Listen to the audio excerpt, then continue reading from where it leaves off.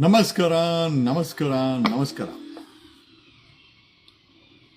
ಸಾಲು ಸಾಲು ಪೊಲೀಸರು ಕರ್ನಾಟಕದಾದ್ಯಂತ ಕಳ್ಳತನ, ATM ದರೋಡೆ, ರೇಪ್, ಚಿನ್ನ ಕದಿಯೋದು, ಡ್ರಗ್ಸ್ ಮಾರೋದು, ಲಾಡಿ ಬಿಚ್ಚೋದು, ವಸೂಲಿ ಹಾಕೋದು, ಲಂಚ ಇಸ್ಕೊಳೋದು, ಇಂಥ ಕ್ರೈಮ್ ಮಾಡಿಲ್ಲ ಅಂತ ಇಲ್ಲ.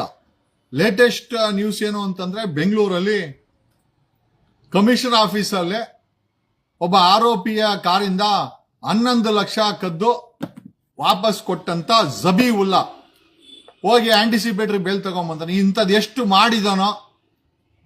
ಪೊಲೀಸರು ಫಸ್ಟ್ ಟೈಮ್ ಕ್ರೈಮ್ ಮಾಡಿರಲ್ಲ, ಮಾಡಿ ಮಾಡಿ ಮಾಡಿ ಲೂಟಿ ಮಾಡಿ ಮಾಡಿ ಮಾಡಿ ಯಾವಾಗ್ಲಾದ್ರೂ ತಗೊಳಾಕೊಂಡಾಗ ಆ ಲೂಟಿ ಮಾಡಿರೋ ದುಡ್ಡಲ್ಲಿ ವಕೀಲರ ಕೈಗೆ ಆಂಟಿಸಿಪೇಟರಿ ಬೇಲ್ ಕೊಟ್ಟು ತಗೊಂಡು ಬೆಂಗಳೂರು ಸಿಟಿ ಪೊಲೀಸ್ ಕಮಿಷನರ್ ಕಚೇರಿನಲ್ಲಿ ಆರೋಪಿ ಎಲ್ಲಿ Bengaluru city police commissioner cyber crime police station ನಲ್ಲಿ ಆರೋಪಿಯಿಂದ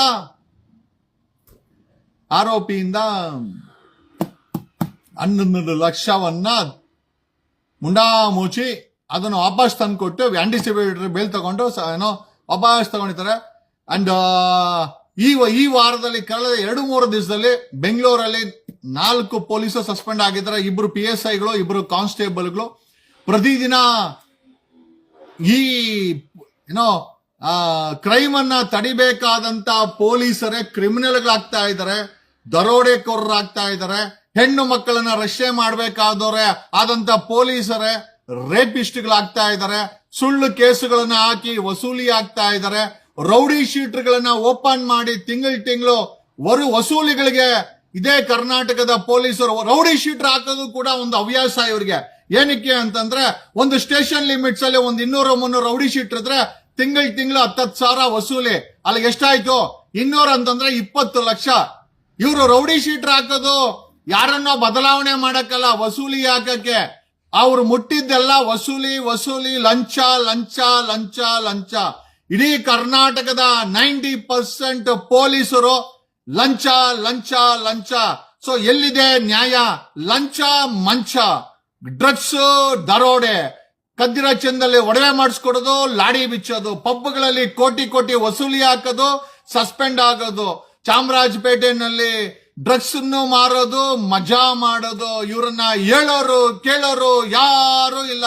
ಕರ್ನಾಟಕ ಪೊಲೀಸರು ನಡೆದದ್ದೇ ದಾರಿ ಅಂದ್ರೆ ಅವ್ರು ಏನ್ ಮಾಡಿದ್ರು ಯಾರು ಕೇಳೋರಿಲ್ಲ.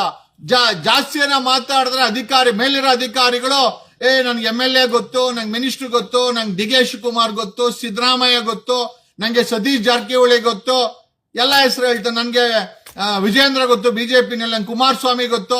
ಬಳಸ್ತಾರೆ. ಏನಕ್ಕೆ ಅಂತಂದ್ರೆ, ಆ ಮಟ್ಟಕ್ಕೆ ಕರ್ನಾಟಕವನ್ನ ಒಂದು ಕಡೆ ರಾಜಕಾರಣಿಗಳು ಲೂಟಿ ಮಾಡಿದ್ರೆ, ಇನ್ನೊಂದು ಕಡೆ ಅಧಿಕಾರಿಗಳು ಲೂಟಿ ಮಾಡಿದ್ರೆ, ಸಮಾಜವನ್ನ ರಕ್ಷಣೆ ಮಾಡಬೇಕಾದಂತ ಖಾಕಿ ಪಡೆಗಳು ದೊಡ್ಡ ಡಕಾಯಿತರು, ದೊಡ್ಡ ಲೂಟಿಕೋರರು, ದೊಡ್ಡ ಕಳ್ಳರ ರೀತಿನಲ್ಲಿ ಮಾಡ್ತಾ ಇದ್ದಾರೆ. ಜನ ನೋಡ್ತಾ ಇದ್ದಾರೆ. ಸರ್, ಡಾಗ್ ಸತೀಶ್ ಬಗ್ಗೆ 2 ಮಾತು ಹೇಳಿ. ಯಾಕಪ್ಪ ಡಾಗ್ ಸತೀಶ್ ಬಗ್ಗೆ 2 ಮಾತು ಹೇಳ್ಬೇಕಂತೆ.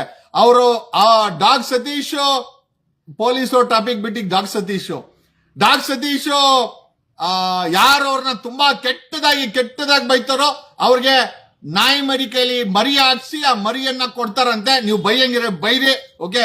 ನಾನು ಅದನ್ನೇ ಹೇಳ್ದೆ, ಆ ನಾಯಿ ಮರಿ ಕೈಯಲ್ಲೂ ಹಾಕ್ಸುಗರು, ನೀನು ಒಂದ್ ಮರಿ ಹಾಕೋ ಅಂತ ಹೇಳಕ್ಕಾಗುತ್ತೆ.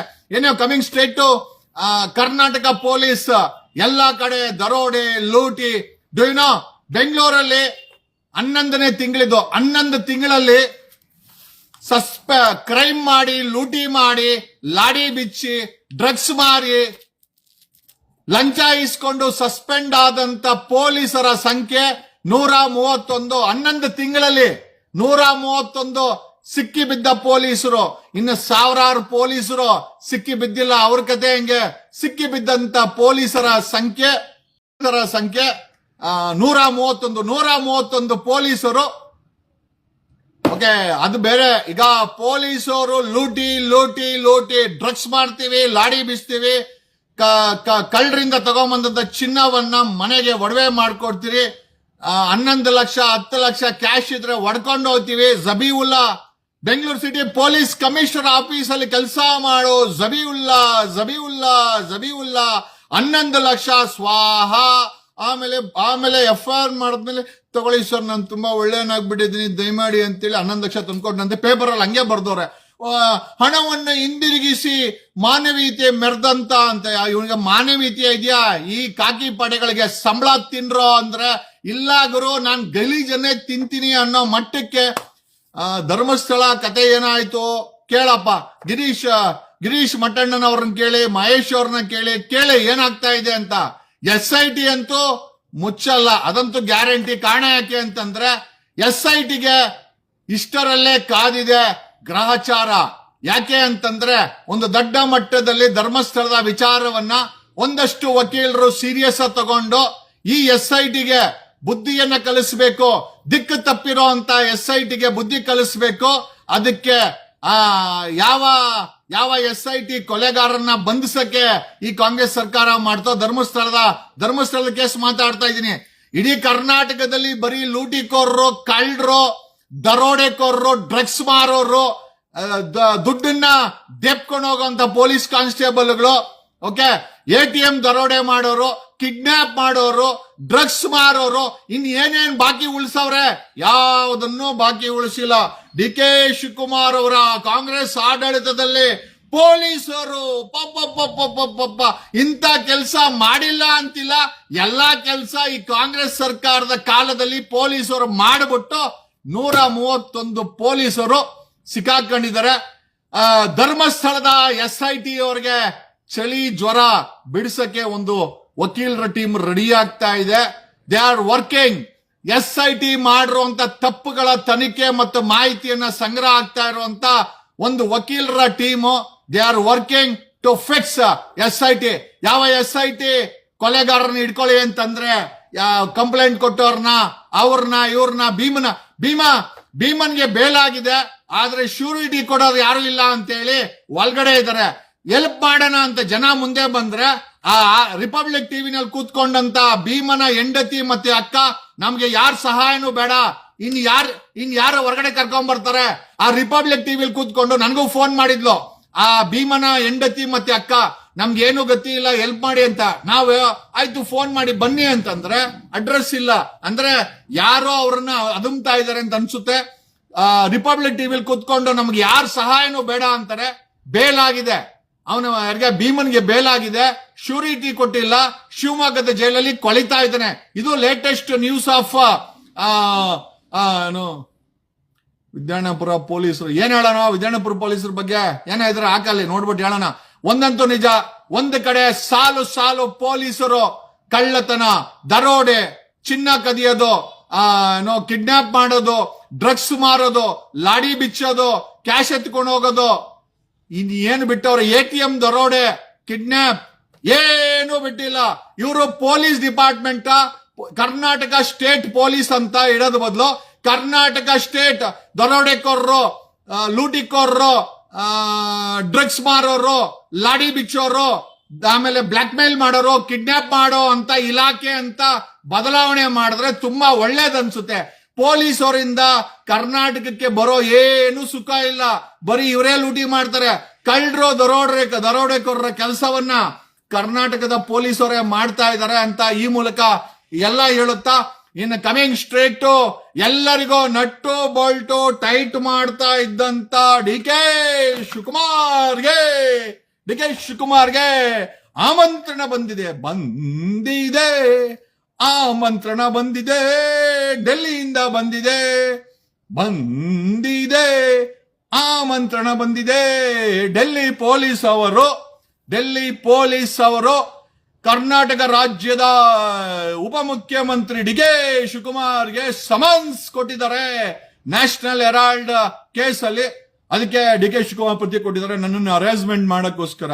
ಫೋನ್ಗರು, ನಿನಗೆ ಸಮನ್ಸ್ ಕೊಟ್ರೆ ಹರಾಸ್ಮೆಂಟ್, ನೀನು ನಮ್ಮಂತವ್ರ ಮೇಲೆ ಸುಳ್ಳು ಕೇಸ್ ಹಾಕೋದು, ಧರ್ಮಸ್ಥಳದಲ್ಲಿ ಸುಳ್ಳು ಕೇಸ್ ಹಾಕೋದು, ಆ ಕಬ್ಬು ಬೆಳೆಗಾರರು ಬೀದಿಲ್ ಕೂತ್ಕೊಂಡ್ರೆ ಅವ್ರಿಗೆ ಲಾಠಿ ಚಾರ್ಜ್ ಮಾಡೋದು, ಇಲ್ಲಿ ಬಿಡದಿ ಹತ್ರ ಹೋಗಿ ರೈತರದ 8,500 ಎಕರೆ ಜಮೀನನ್ನ ಪ್ರೊಟೆಸ್ಟ್ ಮಾಡಿದ್ರೆ ಅವ್ರ ಮೇಲೆ FIR ಹಾಕೋದು, ಇಲ್ಲಿ ಪೆರಿಫೆರಲ್ ರಿಂಗ್ ರೋಡ್ಗೆ ನೀವು ಹೊಡಿರೋ ಅಂತ ಹೇಳೋದು, ಅದೆಲ್ಲ ಯಾರಿಗೂ ಹರಾಸ್ಮೆಂಟ್ ಅಲ್ಲ.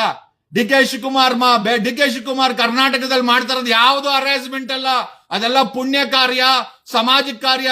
ಈ ಡಿ ಕೆ ಶಿವಕುಮಾರ್ಗೆ ಕರ್ನಾಟಕ ಡೆಲ್ಲಿ ಪೊಲೀಸ್ ಅವರು ಇಡಿ ಯಾರು ಕೊಟ್ಟಿದ್ದಾರೆ ಗೊತ್ತಾ? ಡೆಲ್ಲಿಯ ಎಕನಾಮಿಕ್ ಅಫೆನ್ಸ್ ವಿಂಗ್ ಅವರು ಕರ್ನಾಟಕದ ಉಪಮುಖ್ಯಮಂತ್ರಿ ಡಿ ಕೆ ಶಿವಕುಮಾರ್ಗೆ ಬಾರಪ್ಪ ಡೆಲ್ಲಿಗೆ ಬಾರಪ್ಪ ಡಿ ಕೆ ಶಿವಕುಮಾರಪ್ಪ ಬಾರಪ್ಪ. ಅದಕ್ಕೆ ಏನ್ ಹೇಳಿದಾರೆ ಗೊತ್ತಾ? ಇದೆಲ್ಲ ಅರೇಂಜ್ಮೆಂಟ್, ನನಗೆ ನಾನು ತುಂಬಾ ಒಳ್ಳೆ ಕೆಲಸ ಮಾಡ್ತಾ ಇದ್ದೀನಿ, ನನ್ಗೆ ನನ್ನ ತಮ್ಮನಿಗೆ ಫುಲ್ ಅರೇಂಜ್ಮೆಂಟ್ ಅಂತ ಹೇಳಿ ಡಿ ಕೆ ಶಿವಕುಮಾರ್ ಪ್ರತಿಕ್ರಿಯೆ ಕೊಟ್ಟಿದ್ದಾರೆ. ನ್ಯಾಚುರಲಿಗೆ ಯಾರೇ ಆಗಿರ್ಬೋದು, ಕಳ್ಳ ಅಂದ್ರೆ ಯಾರು ಒಪ್ಕೊಳ್ತಾರೆ, ನಾನು ಕಳ್ಳ ಅಲ್ಲ ನಾನೇನು ಅಲ್ಲ ಅಂತ ಅವರು ಕೂಡ.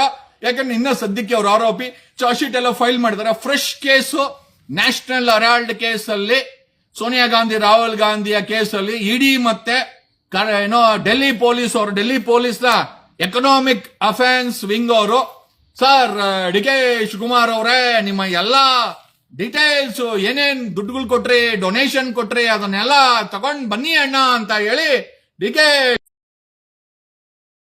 ಶಿವಕುಮಾರ್ಗೆ ಸಮನ್ಸ್ ಅನ್ನ ಕೊಟ್ಟಿದ್ದಾರೆ. ಬಾರಣ್ಣ ಡಿ ಕೆ ಶಿವಕುಮಾರ್ ಅಣ್ಣ ಡೆಲ್ಲಿಗೆ ಬಾರಣ್ಣ ಡಿ ಕೆ ಶಿವಕುಮಾರ್ ಅಣ್ಣ ಡೆಲ್ಲಿಗೆ ಬಾರಣ್ಣ ಏನೋ ಇರ್ಲಿ. ಪಾಪ ಅವ್ರಿಗೆ ಅರೇಂಜ್ಮೆಂಟ್, ಪಾಪ ಇಲ್ಲಿ ಪೆರಿಫರಲ್ ರಿನ್ಯೂವಲ್ ಮಾಡಕ್ಕೆ, ಅಲ್ಲಿ ಬಿಡದಿನಲ್ಲಿ ಲೇಔಟ್ ಮಾಡಕ್ಕೆ, ಇಲ್ಲಿ ಕನಕಪುರ ಹತ್ರ ಏರ್ಪೋರ್ಟ್ ಮಾಡಕ್ಕೆ, ಆಮೇಲೆ ಇದೆಲ್ಲ ಮಾಡಕ್ಕೆ ಬಿಡ್ದಿರಾ ನೀವು? ಡೆಲ್ಲಿ ಪೊಲೀಸ್ ಅವರು ಸಮನ್ಸ್ ಕೊಟ್ರೆ ಅರೇಂಜ್ಮೆಂಟ್ ಅಲ್ವಾ? ನನಗೂ ಸರಿ ಅನ್ಸಿಲ್ಲ. ಡಿ ಕೆ ಶಿವಕುಮಾರ್ಗೆ ಸಮನ್ಸ್ ಕೊಟ್ಟಿದ್ದು ಬರೀ ಡಿ ಕೆ ಶಿವಕುಮಾರ್ ಒಬ್ಬರಿಗೆ ಕೊಟ್ಟಿಲ್ಲ, ಅವ್ರ ತಮ್ಮ ಡಿ ಕೆ ಸುರೇಶ್ ಅವ್ರಿಗೂ ಕೊಟ್ಟಿದ್ದಾರೆ. ಆಮೇಲೆ ಬರ್ತಾ ಎಲ್ಲ ಮೂಟೆನಲ್ಲಿ ಡಾಕ್ಯುಮೆಂಟ್ ತಗೊಂಬನ್ನಿ ಅಂತಾನು ಹೇಳಿದಾರೆ. ಏನೇನ್ ಡಾಕ್ಯುಮೆಂಟ್ ಅಂತ ಹೇಳ್ತೀನಿ, ಸ್ವಲ್ಪ ಸಮಾಧಾನವಾಗಿ ಕೇಳಿಸ್ಕೊಳ್ಳಿ. ಯಾಕೆ ಅಂತಂದ್ರೆ, ಯಾವ D K Shivakumar nut Bolt tight ಮಾಡ್ಬೇಕು ಅಂತಾರೋ ಅವ್ರಿಗೆ ನಟ್ಟು ಬೋಲ್ಟು, ಅವ್ರ ತಮ್ಮನಿಗೆ ನಟ್ಟು ಬೋಲ್ಟು ಟೈಟ್ ಮಾಡಕ್ಕೆ ಡೆಲ್ಲಿ ಪೊಲೀಸಿನ ಎಕನಾಮಿಕ್ ಅಫೆನ್ಸ್ ವಿಂಗ್ ಅವರು ಸಮನ್ಸ್ ಕೊಟ್ಟಿದ್ದಾರೆ. ಒಂದು ಫ್ರೆಶ್ FIR ಆಗಿದೆ. ಏನೇನ್ ಕೇಳ್ತಾ ಇರ್ಬೋದು ಹೇಳೋಣ.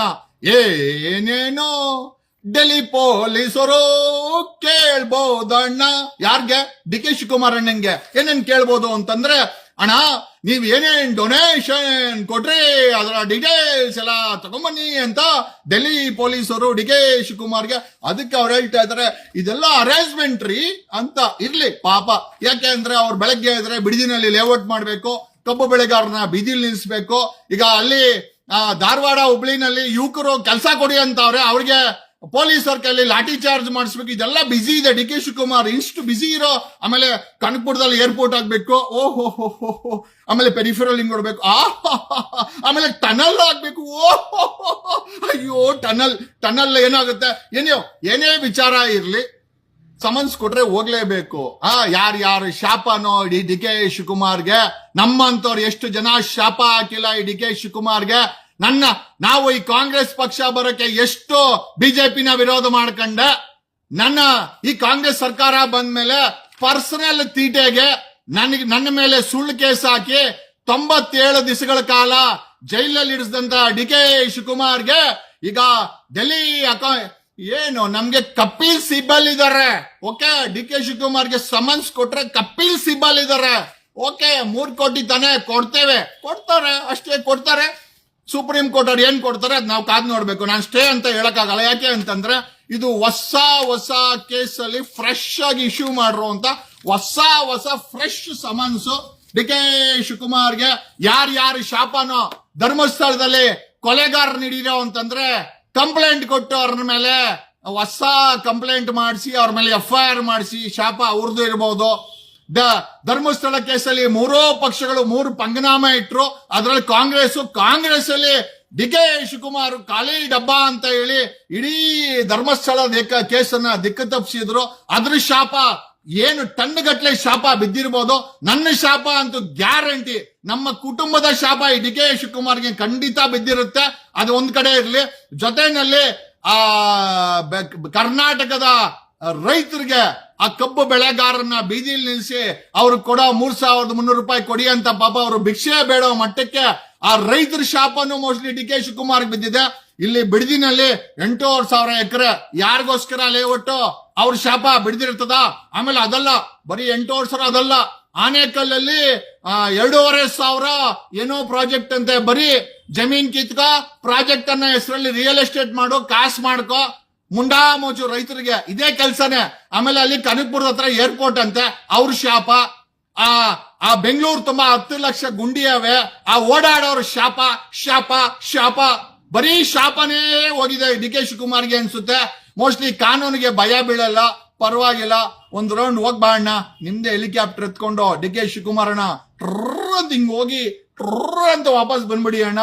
ಜೊತೆನಲ್ಲಿ ನಿಮ್ಮ ಡಿ ಕೆ ಸುರೇಶ್ ಅವ್ರನ್ನು ಕರ್ಕೊಂಡು ಹೋಗೋಣ, ಒಂದು ರೌಂಡ್ ಹೋಗ್ ಬರ್ಲಿ, ಏನಾಗುತ್ತೆ. ಒಂದು ಅಲ್ಲಿ ಎಷ್ಟೋ ಜನ ಹಾಕಿದ್ದಾರೆ, ಬಟ್ ಏನಂತಂದ್ರೆ ನೊಂದವ್ರಿಗೆ ಗೊತ್ತಿರ್ತದೆ. ಇದೇ ಡಿ ಕೆ ಶಿವಕುಮಾರ ನನ್ನ ಮೇಲೆ ಸುಳ್ಳು ಕೇಸ್ ಹಾಕಿ 97 ದಿವಸ ಅದು ಹರಾಸ್ಮೆಂಟ್ ಅಲ್ಲ, ನಮ್ದೆಲ್ಲ ಹರಾಸ್ಮೆಂಟ್ ಅಲ್ಲ ಪಾಪ, ನಾವೆಲ್ಲ ಜೈಲ್ ಬರ್ಡ್ಸು ಪಾಪ, ಅದಕ್ಕೆ ನಮ್ಗೇನು ಹರಾಸ್ಮೆಂಟ್ ಅನ್ಸಲ್ಲ.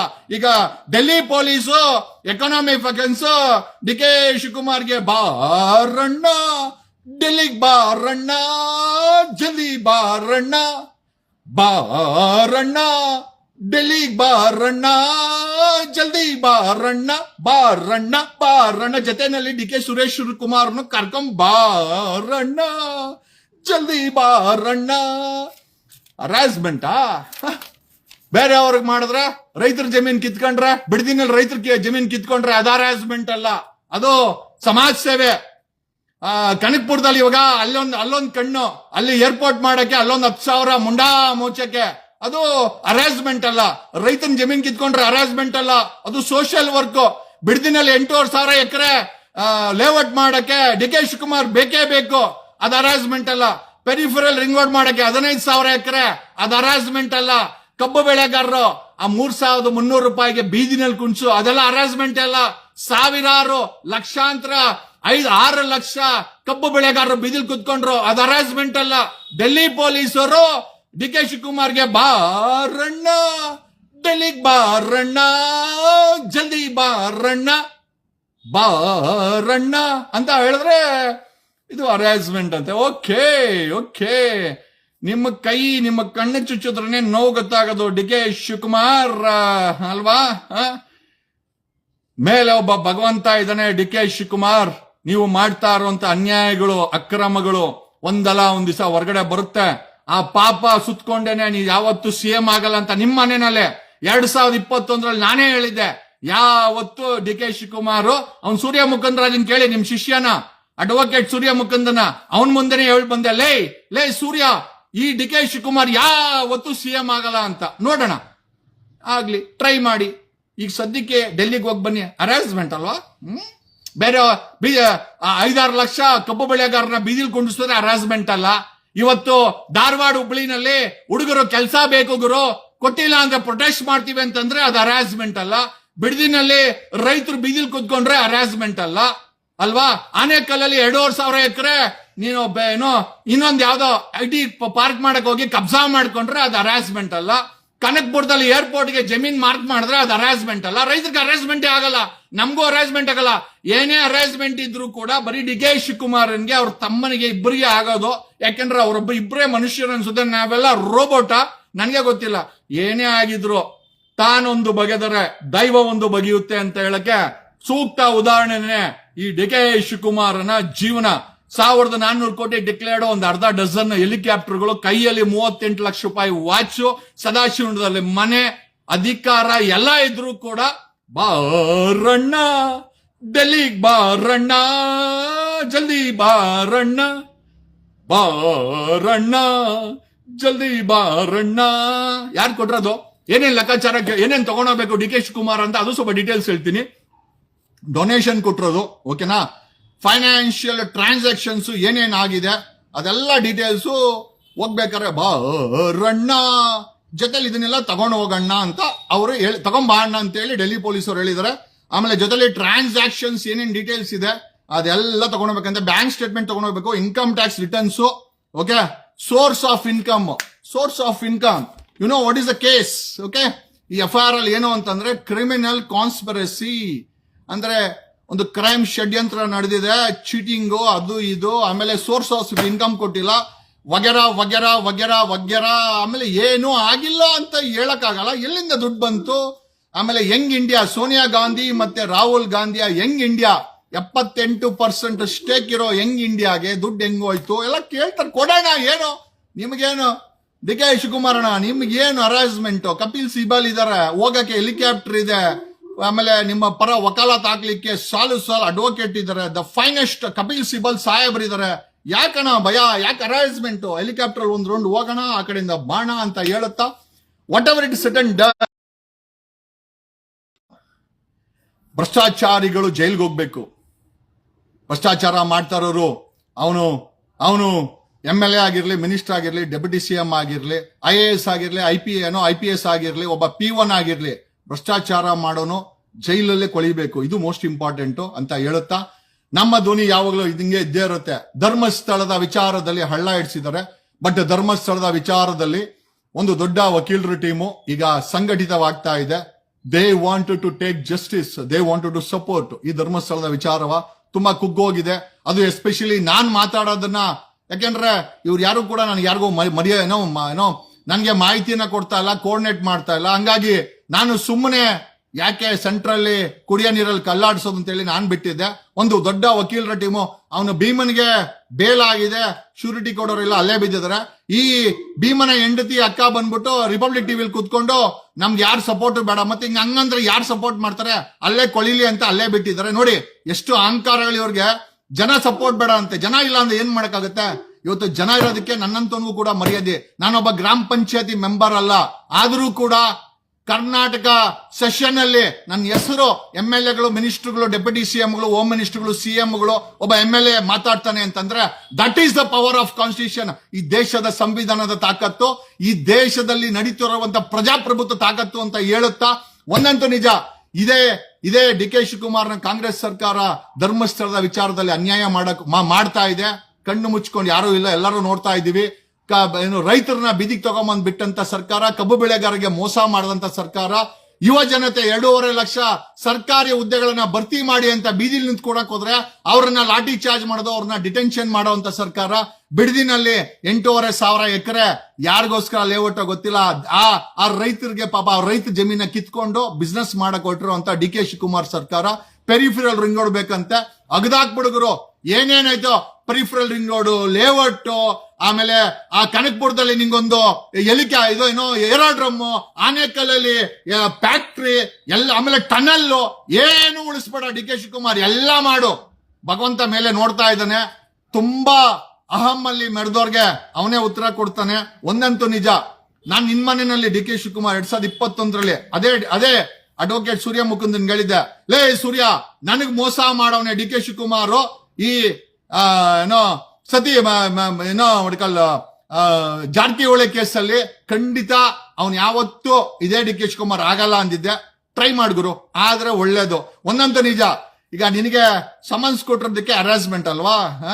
ಧರ್ಮಸ್ಥಳ ಕೇಸಲ್ಲಿ ಕರ್ನಾಟಕದಲ್ಲಿ ಕಬ್ಬು ಬೆಳೆಗಾರರ ಒಂದು 6 ಲಕ್ಷ ರೈತರು 15 ದಿವಸ ಬೀದಿಲ್ ಕೂತ್ಕೊಂಡ್ರು. ಹರಾಸ್ಮೆಂಟ್ ಅಲ್ಲ. ಅನ್ನ ಬೆಳೆಯೋ ರೈತನ ಬೀದಿಲ್ ಕುಣಿಸ್ತಂತ ಡಿ ಕೆ ಶಿವಕುಮಾರ್ ಸರ್ಕಾರ ಹರಾಸ್ಮೆಂಟ್ ಅಲ್ಲ. 6 ಲಕ್ಷ ರೈತರು ಬೆಳಗಾಮಲ್ಲಿ ಸುತ್ತಮುತ್ತ ಎಲ್ಲಾ ಕಡೆ ಕೂತ್ಕೊಂಡ್ರು. ಅದು ಹರಾಸ್ಮೆಂಟ್ ಅಲ್ಲ. ಡೆಲ್ಲಿಯಿಂದ ಪೊಲೀಸರು ಈಯಪ್ಪ ಹೋಗೋದು ಹೆಲಿಕಾಪ್ಟರ್ ಅಂತ, ಇಲ್ಲ ಪ್ರೈವೇಟ್ ಜೆಟ್ ಅಂತ. ಅದೇ ಒಬ್ಬ ರೈತ ಬೀದಿಲ್ ಕೂತ್ಕೊಂಡಿರ್ತಾನೆ. ಹುಬ್ಳಿ ಧಾರವಾಡದಲ್ಲಿ ಕೆಲಸ ಬೇಕು ಅಂತ ಪರ್ಮಿಷನ್ ಹಾಕಿದ್ರೆ ಸ್ಟ್ರೈಕ್ ಮಾಡಕ್ಕೆ ಪರ್ಮಿಷನ್ ಕೊಟ್ಟಿಲ್ಲ.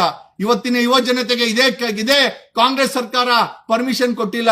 ಧರ್ಮಸ್ಥಳ ಕೇಸಲ್ಲಿ 3 ಪಕ್ಷದವರು ಆಮೇಲೆ ಸರ್ಕಾರ ನಡೆಸ್ತಾ ಇರುವಂತ ಕಾಂಗ್ರೆಸ್ ಅವರು ಹಳ್ಳ ಇಡ್ಸಿದ್ರು. ಓಕೆ, ಆದ್ರೂ ಕೂಡ ಒಂದಂತೂ ನಂಬಿಕೆ, ಮೇಲೊಬ್ಬ ಇದ್ದಾನೆ. ಆಮೇಲೆ ಈ ದೇಶದಲ್ಲಿ ಇವತ್ತು ಕೂಡ ಜನ ನಮ್ಗೆ ನ್ಯಾಯ ಸಿಗ್ಬೇಕು ಅಂದ್ರೆ ಕೋರ್ಟ್ ತರ್ತಾರೆ. ಕೋರ್ಟ್ ಅಲ್ಲೂ ಸಿಕ್ಕಿಲ್ಲ ಅಂತಂದ್ರೆ ಬೀದಿನಲ್ಲಿ ನಾವು ತಗೊಳ್ತೀವಿ ಅಂತ ಈ ಮೂಲಕ ಹೇಳುತ್ತಾ, ಹೋ ಗಣ್ಣ ಸಮನ್ಸ್ಕೋ ಗಣ್ಣ ಡಿ ಕೆ ಶಿವಕುಮಾರ್ ಅಣ್ಣ. Thank you.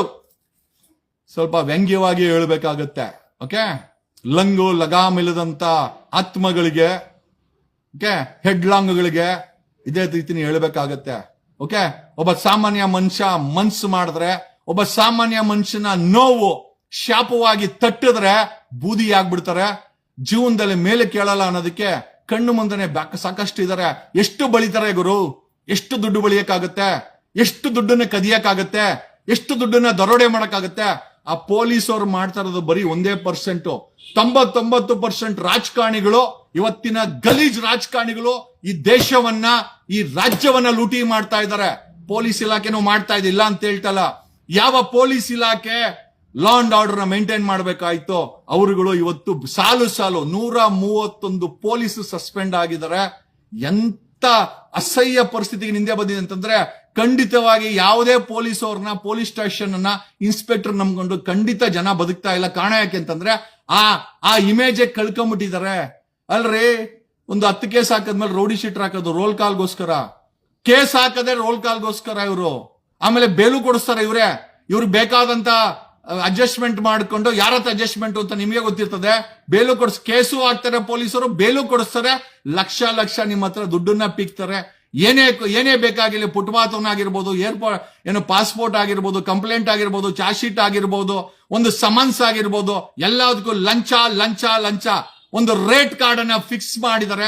But I thank ಪಾಪ ಕರ್ನಾಟಕದ DGP IGP ಸಲೀಂ ಅವ್ರನ್ನ ಥ್ಯಾಂಕ್ಸ್ ಹೇಳಲೇಬೇಕು. ಒಳ್ಳೆ ವ್ಯಕ್ತಿ, ಒಳ್ಳೆ IPS ಆಫೀಸರು. ನಾನು ಸಾಮಾನ್ಯವಾಗಿ ಯಾವ್ದು ಪೊಲೀಸವ್ರನ್ನ ಹೊಗಳಲ್ಲ, ಬಟ್ ಆದ್ರೆ ಕರ್ನಾಟಕದ DGP IGP ಸಲೀಂ ಅವ್ರನ್ನ ನಾವು ನಿಜವಾಗ್ಲೂ ಒಳ್ಳೇದ್ ಮಾಡ್ಬೇಕು. ಆ ಪ್ರಾಮಾಣಿಕವಾಗಿ ಆ ವ್ಯಕ್ತಿ ಮಾಡಕ್ಕೆ ಪ್ರಯತ್ನ ಬೀಳ್ತಾ ಇದ್ದಾನೆ. 1.25 ಲಕ್ಷ ಪೊಲೀಸರು ಹೇಳಿದ ಮಾತು ಕೇಳ್ಬೇಕಲ್ಲ. ಒಬ್ಬ DGP ಮಾತನ್ನ ಇವ್ರು ಕೇಳ್ತಾರ? ನೀನ್ ಏನೇ ಹೇಳ್ಕೊಗುರು, ನಮ್ಮ ಪಾಡ್ ನಾವು ದರೋಡೆ ಮಾಡ್ತೀವಿ, ಕಳ್ತನ ಮಾಡ್ತೀವಿ, ವಸೂಲಿ ಆಗ್ತೀವಿ, ಡ್ರಗ್ಸ್ ಮಾರ್ತೀವಿ, ಲಾಡಿ ಬಿಚ್ಚಿ ರೇಪ್ ಮಾಡ್ತೀವಿ, ಹೆಣ್ಮಕ್ಳನ್ನ ಹರಾಸ್ಮೆಂಟ್ ಮಾಡ್ತೀವಿ, ಚಿನ್ನ ಕದಿತೀವಿ, ಹೆಂಡತಿಗೆ ಒಡವೆ ಮಾಡಿಸ್ಕೊಡ್ತೀವಿ, ಯಾರ್ದಾರ ಆರೋಪಿಗಳದ್ದು 11 ಲಕ್ಷ ಹೊಡ್ಕೊಂಬತ್ತೀವಿ. ಏನ್ ಮಾಡಿಲ್ಲ, ಎಲ್ಲ ಮಾಡ್ಬಿಟ್ಟವ್ರೆ. ಏನೋ ಸಾಷ್ಟಾಂಗ ನಮಸ್ಕಾರಗಳು ಈ ಡಿಪಾರ್ಟ್ಮೆಂಟ್, ಈ ಜನ, ಈ ವ್ಯವಸ್ಥೆ. ಆಫ್ಟರ್ ಲಾಂಗ್ ಟೈಮ್ ನಾನು ಸ್ವಲ್ಪ ಬಿಸಿ ಇದ್ದೆ. ಆಮೇಲೆ ಎಲ್ಲದಕ್ಕಿಂತ ಹೆಚ್ಚಾಗಿ ನಮ್ಮ ಕಡೆಯಿಂದ ಒಂದು ಟ್ರೂ ಲೈಫ್ಸ್ ಅನ್ನೋ ನ್ಯೂಸ್ ಚಾನೆಲ್ ಐ ಥಿಂಕ್ ನಮ್ಮ ಟೀಮ್ ಮಾಡ್ತಾ ಇದೆ. ಸೊ ವೆರಿ ಶಾರ್ಟ್ಲಿ ಕರ್ನಾಟಕದಲ್ಲಿ ಓಕೆ ಸತ್ಯವನ್ನ ತಿಳಿಸಲು, ಮನೆಗೆ ತಿಳಿಸಲು ನಮ್ಮ ಟೀಮ್ ಮಾಡಿರುವಂತ ಒಂದು ನ್ಯೂಸ್ ಚಾನೆಲ್ ಅತಿ ಶೀಘ್ರದಲ್ಲೇ ನಿಮ್ಮಗಳಿಗೆ, ನಿಮ್ಮ ಮೊಬೈಲಲ್ಲಿ, ಸ್ಯಾಟಲೈಟ್ ಅಲ್ಲಿ, ನಿಮ್ಮ ಟಿವಿಗಳಲ್ಲಿ ಬರಲಿದೆ ಅಂತ ಹೇಳುತ್ತಾ ಈ 2 ಮಾತುಗಳನ್ನ ಮುಗಿಸ್ತಾ ಇದ್ದೀನಿ. ಹೋಗಣ್ಣ ಡೆಲ್ಲಿಗೋ ಗಣ್ಣ DK ಶಿವಕುಮಾರಣ್ಣ, ಹೋಗಣ್ಣ ಪೊಲೀಸವ್ರು ಕರಿತಾವ್ರಣ್ಣ, ಸಮನ್ಸ್ ಕೊಟ್ಟಿದ್ದಾರಣ್ಣ. Thank you.